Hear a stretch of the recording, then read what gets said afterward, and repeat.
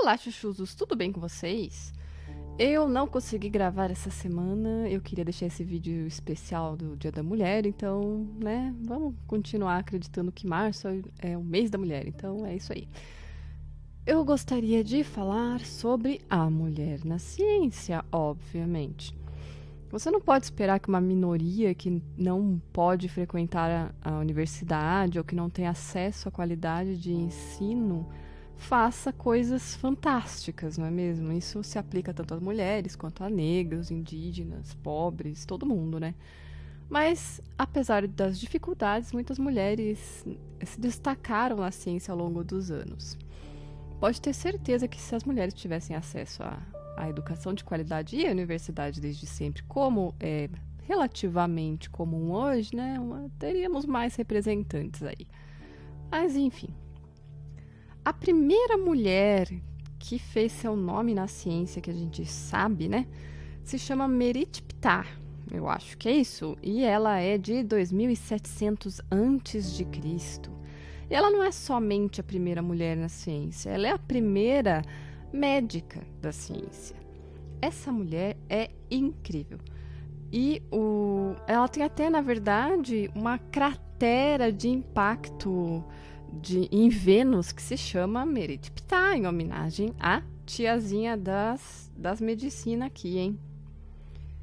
Depois dela temos Agnódice, algo assim. Mais ou menos quarto século antes de Cristo.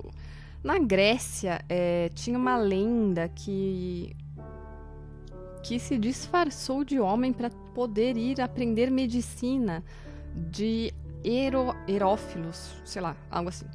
E ela aprendeu a ser parteira e começou a praticar isso, né? Lógico. Ela sempre revelava para suas pacientes que ela era mulher, mas nunca de outra forma, né? Só quando era paciente dela mesma. Como consequência, ela foi ficando muito popular, porque as mulheres se sentiam mais à vontade com uma mulher parteira. Só que, né, acabaram descobrindo que ela estava fazendo isso. E ela foi julgada, foi acusada de corrupção, algo assim, porque uma mulher não poderia praticar a medicina. Né? No julgamento dela, ela revelou realmente ser mulher. E por conta dela, começou a se permitir que as mulheres livres, ou seja, né, não escravas, pudessem aprender a serem parteiras.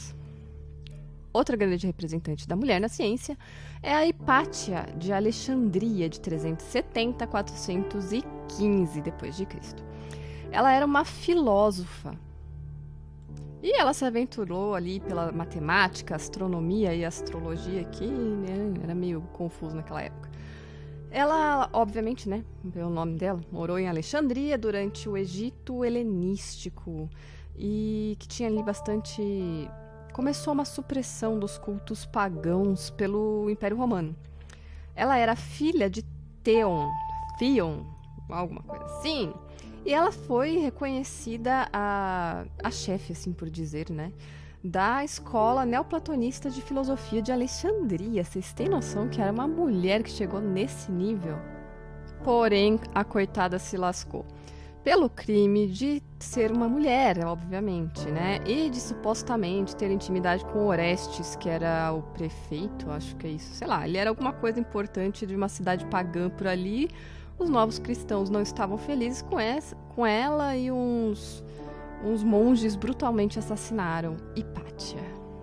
E depois da morte dela foi só ladeira abaixo a escola de Alexandria, que era reconhecidamente a maior centro de aprendizagem, né, da antiguidade, foi declinando depois que mataram a coitada da Hipátia.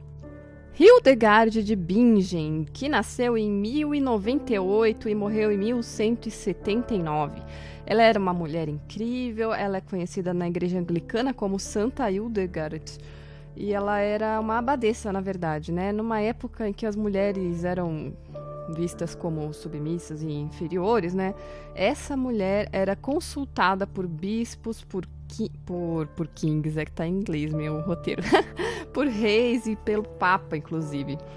Ela escrevia, né, trabalhos de teologia mas também se aventurava em botânica e medicina.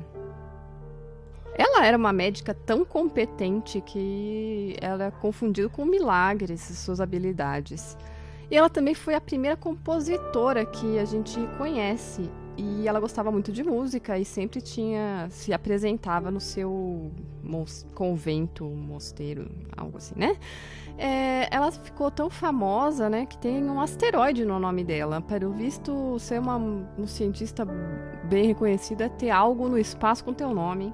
Ela tem um asteroide chamado 898 Hildegard. Tórtula, ou Tortula, por aí, do século XI. Ela morou em Salerno, na Itália. E ela foi uma obstetra, ginecologista muito famosa, tanto que ela escreveu vários livros que foram consultados centenas de anos depois que ela morreu. Ela era conhecida por ensinar médicos homens sobre o corpo feminino e principalmente sobre como fazer um parto direito, né? Jacoba Felice, do século XIII. Ela era uma parteira francesa que foi levada a julgamento por ter exercido medicina sem ter uma licença para isso, porque simplesmente mulheres não poderiam praticar medicina. E no seu julgamento, 6 mulheres afirmaram que elas tinham curado elas, mesmo depois de todos os outros médicos terem desistido. E só que isso, né, foi levado em consideração para julgá-la como má, não porque ela curou essas pacientes, que inclusive falavam que ela era uma cirurgiã e uma mestre na medicina muito melhor que qualquer outro em Paris. Só que era mulher e por isso ela foi considerada culpada, não por ser incompetente, mas por ser mulher. Emily du Châtelet, algo assim, de 1706 e morreu em 1749, coitado, né? Viveu pouco.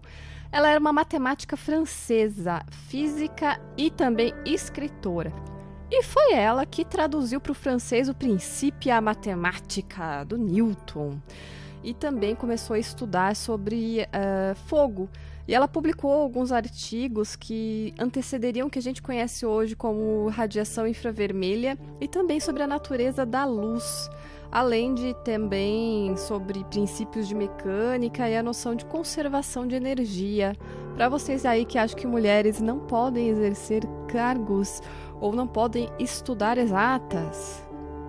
Laura Maria Caterina Bassi, de 1711 a 1778, foi a primeira mulher a oficialmente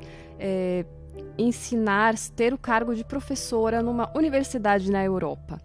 Em 1732, ela se tornou, né, a professora de anatomia da Universidade de Bolonha, quando ela tinha 21 anos.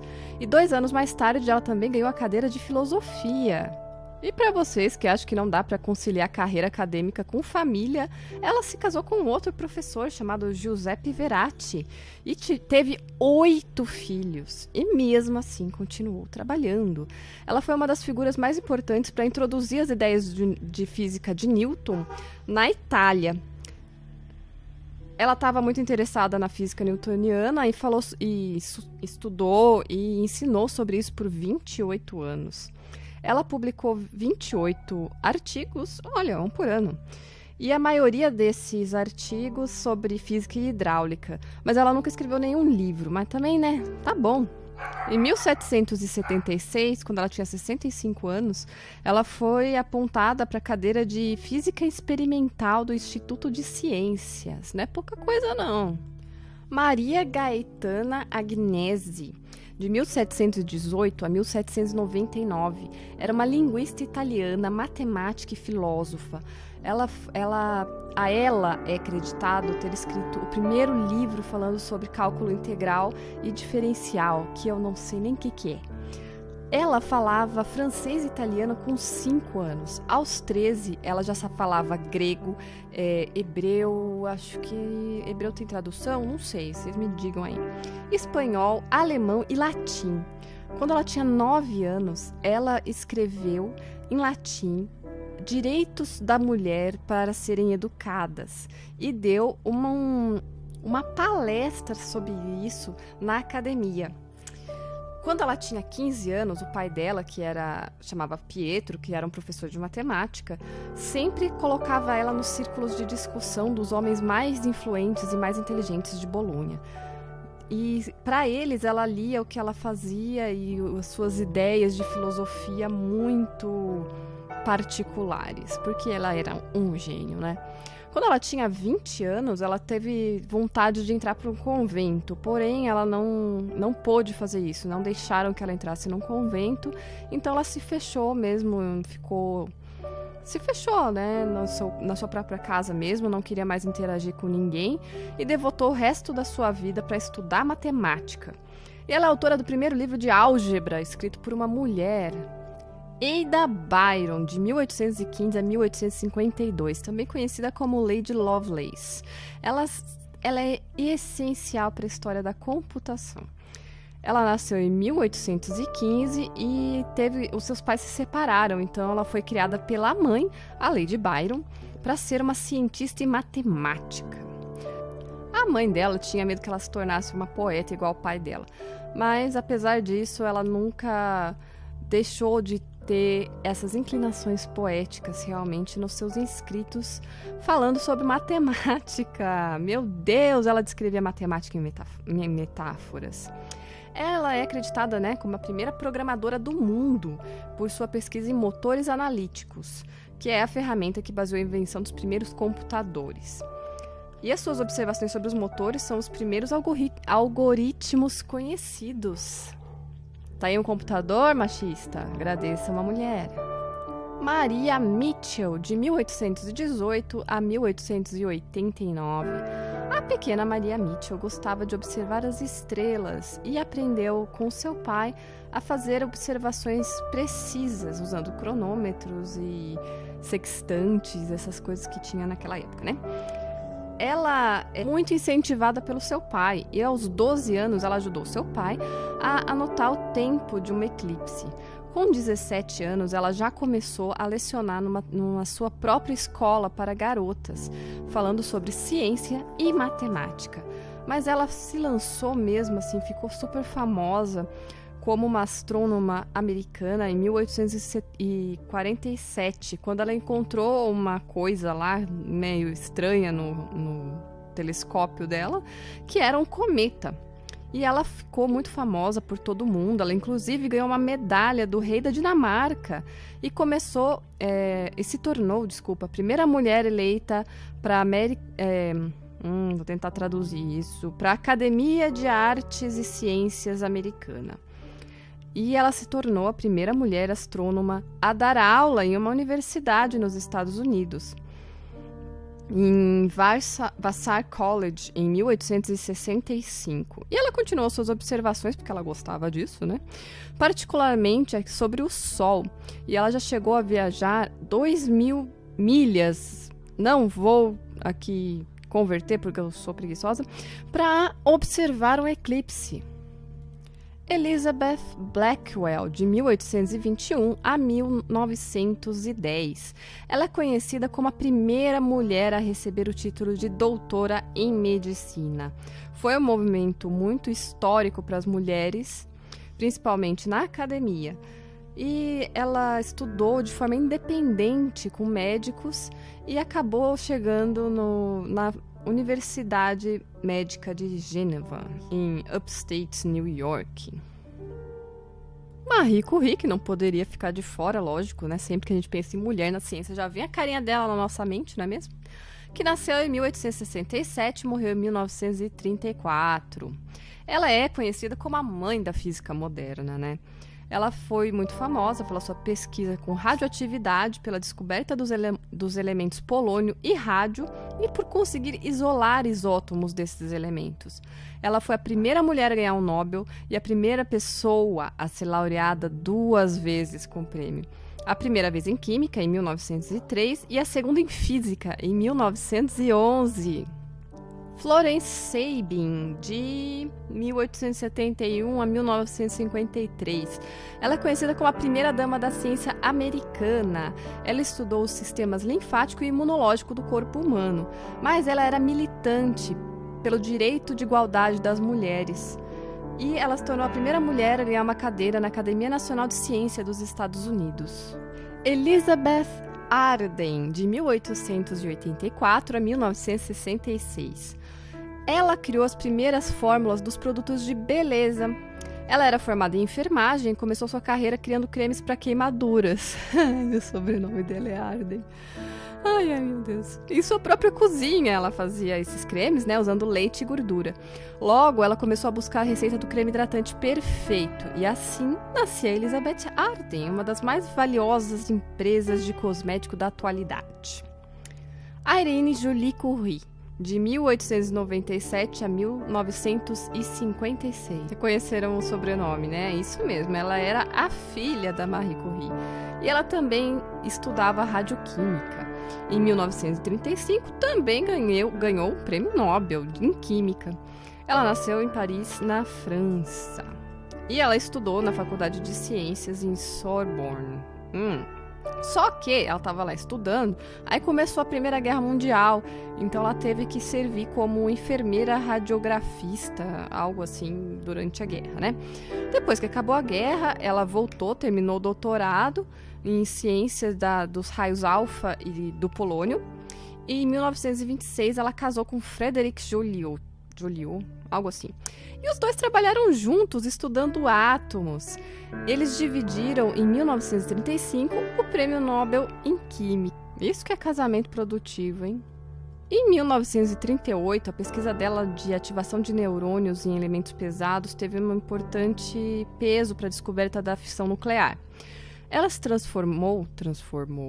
ela se tornou professora na Faculdade de Ciências de Paris. Também era uma ativista pela paz e pelos direitos da mulher. Ela era até membro de um comitê lá das mulheres. Ela ganhou cadeira de física nuclear numa universidade. Ela foi secretária do Estado de pesquisa científica. A mulher fez um monte de coisa na vida dela. Foi maior importante, certo?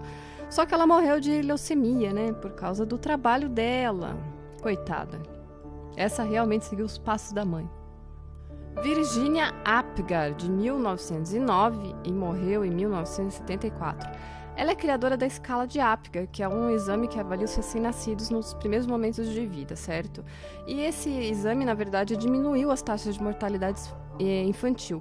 Ela era especialista em anestesia e descobriu que algumas substâncias usadas como os anestésicos durante o parto prejudicavam o bebê. Nice da Silveira, achou que eu não ia falar do brasileiro? Achou errado, hein? Nasceu em 1905 e morreu em 1999. Ela foi uma renomada psiquiatra brasileira, aluna de Carl Jung. Ela lutou contra os métodos de tratamento comum na sua época, né, de terapias bem agressivas de choque, lobotomia e tudo que a gente sabe, né? E foi presa por possuir livros marxistas em 1936 e acabou conhecendo o escritor Graciliano Ramos, que transformou uma personagem no seu livro Memórias do Cárcere. Gertrude Bell Elion, de 1918 a 1999. A americana ela criou, né, algumas medicações para suavizar os sintomas de doenças como a AIDS, leucemia e herpes, usando métodos inovadores de pesquisas. Os seus remédios matavam e inibiam a produção de patógenos, sem causar danos às células contaminadas. É óbvio que essa mulher merecia e ganhou mesmo o Prêmio Nobel de Medicina em 1988. Barbara McClintock, acho que é isso, de 1902 e morreu em 1992. Ela estudava botânica na Universidade de Cornell e em 1920 ela teve primeiro gostinho de genética. E ela adorou aquilo, então ela fez até o pós-doc dela estudando genética de células de milho. E ela continuou essa pesquisa dela nas universidades da Califórnia, em Missouri e também na Alemanha, antes de encontrar um lugar lá em Nova York.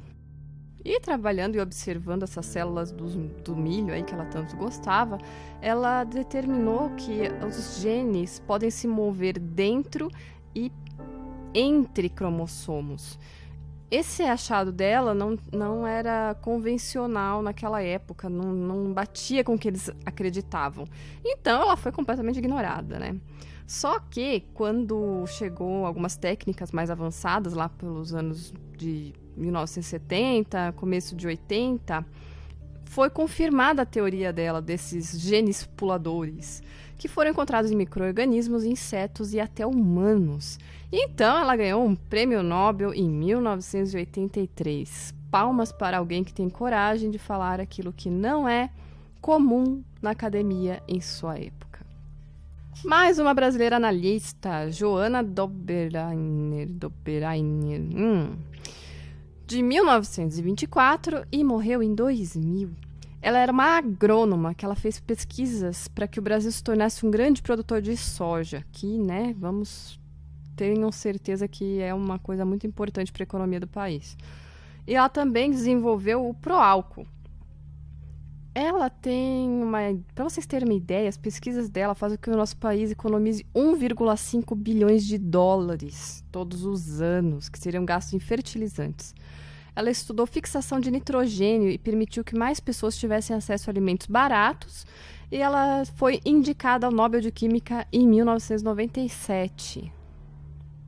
Essas foram só algumas mulheres que eu separei para falar com vocês, dando uma ideia do panorama histórico das mulheres na ciência, mas acreditem que tem muitas e muitas mais. Eu espero que, se você viu esse vídeo até aqui, você tenha gostado. Deixa aí seu joinha, compartilha, like, se inscreve, pacote completo. Deixa um comentário, quem você gostaria de ver nesse vídeo que eu não falei? Qual é a mulher na ciência que mais te inspirou?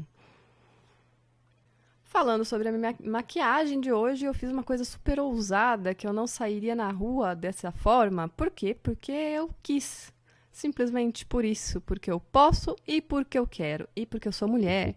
Então, mesmo que atrasado, feliz Dia das Mulheres para você que aguenta tantas piadinhas todos os dias, e principalmente no Dia da Mulher, não é mesmo? Mas é isso aí, nós não temos uma história, nós não temos uma jornada fácil, e é motivo sim de orgulho ser mulher e abraçar essa causa. Um beijo, chuchuzos!